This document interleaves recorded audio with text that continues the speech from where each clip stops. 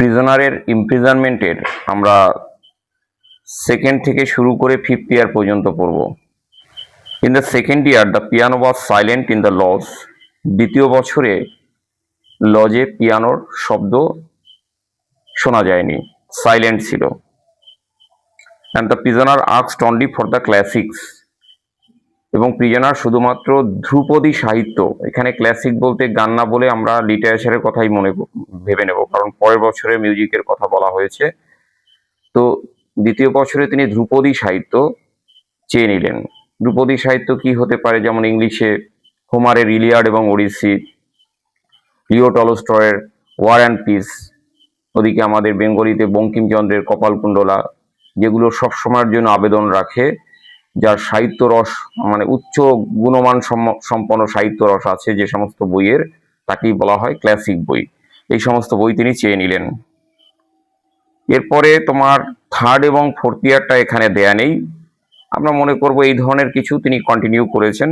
তো 5th ইয়ারটা আবার পুরোটা দেয়া রয়েছে। তো আমরা 5th ইয়ারে চলে যাই। In the 5th year music was audible again. পঞ্চম বছরে মিউজিক আবার শোনা যায়। And the prisoner asked for wine. এবং প্রিজনার এই সময় তিনি মদ দাবি করলেন, চেয়ে নিলেন। Those who watched him through the window said that all that year he has spent doing nothing but eating and drinking and laying on his bed. যিনি তাকে জানালা থেকে দেখলেন তিনি বললেন যে এই বছরে তিনি আর কিছুই করলেন না, শুধুমাত্র করলেন খাওয়া দাওয়া করলেন, মদ্যপান করলেন এবং বিছানায় শুয়ে বসে কাটালেন।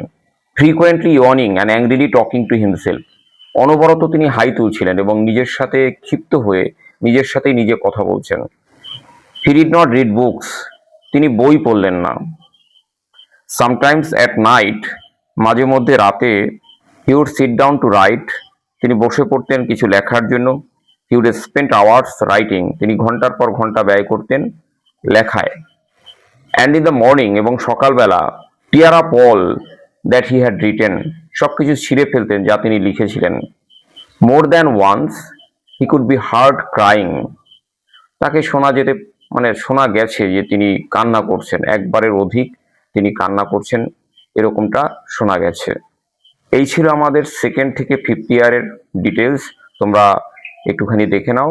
এখন তোমাদের আমি স্ক্রিনে নিয়ে যাচ্ছি, আমি এর সামারিটা করে দিয়েছি, তোমরা ওটা একটুখানি দেখে নেবে।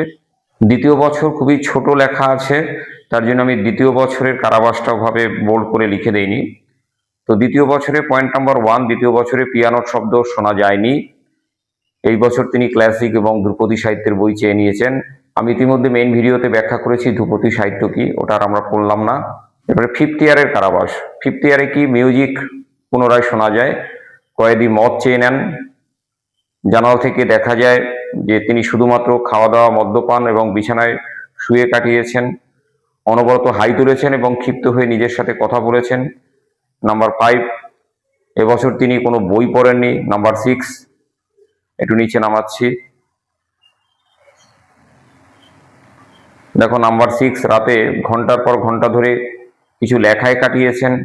7, সকালে উঠে আবার ওগুলোকে ছিঁড়ে ফেলেছেন। এবং নাম্বার 8, মানে একবারের অধিক তাকে কাঁপতে শোনা যায়। এই ছিল আমাদের দুটো ইয়ারের সামারি। তোমরা স্ক্রিনশট দিয়েও রাখতে পারো।